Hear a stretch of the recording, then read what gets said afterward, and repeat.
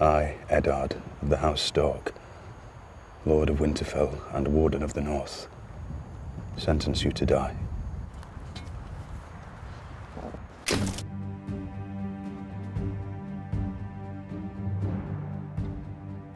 It's an old Stark philosophy that the man who passes the sentence should swing the sword. And it really goes to the root of who Ned Stark is as a man and who the Starks are as a family.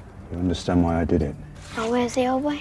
The Stark ethos is very much about doing things yourself and about leadership by example. Ned is really the kind of the cornerstone of the first season. He's the center of gravity around whom events move for the most part. The king rides for Winterfell. He's coming this far north. There's only one thing he's after. Ned Stark, the Lord of Winterfell, grew up with Robert Baratheon, who went on to become king. They were raised from a relatively early age as brothers for all intents and purposes, and they grew up together and they learned to drink together and chase girls together, and they went to war together. You got fat.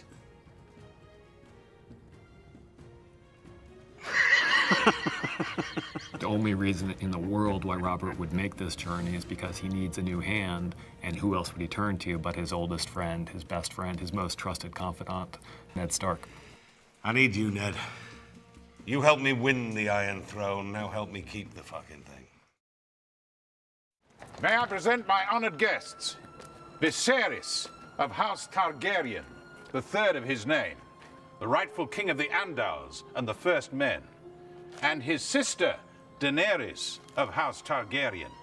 Daenerys Targaryen, his nickname is Dany, basically went into exile from her homeland when she was so small she doesn't even remember it. She is the youngest child of the Mad King, Aerys Targaryen. She's never known her father, she's never known her family, she's never known her homeland. The only thing she's ever known has been her brother. She's been raised by her brother, Viserys, and Viserys has had his eyes on one thing and one thing only, and that is on regaining the throne that was taken from his father.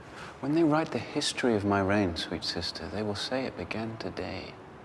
And she's had no stability in her life. The only constant has been this brother, Viserys. So even though he is a cruel and sadistic older brother, and even though he's really quite abusive to her, it's all she knows. And she's been forced to, if not trust him, at least to follow his wishes, because not doing so would just lead to more abuse. You don't want to wake the dragon, do you?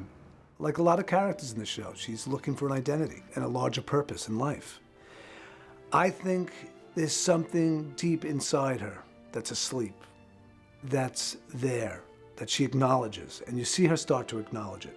Certainly when she's thrown in with the Dothraki and she's presented with the eggs, the dragon eggs, you could see this thought process starting, that there is something larger out there that I'm supposed to be a part of. I think she's on board for going back to the kingdom and to finding out about her culture and to having a home. You're Ned Stark's bastard, aren't you? Jon Snow has grown up at Winterfell with the other Starks, but he is not himself a Stark, he's a bastard. So Jon has gone through life at a disadvantage, despite the fact that he's grown up with a noble family and with certain privileges that come with that. He is not one of them. This has, I think, understandably caused Jon to grow up with a chip on his shoulder.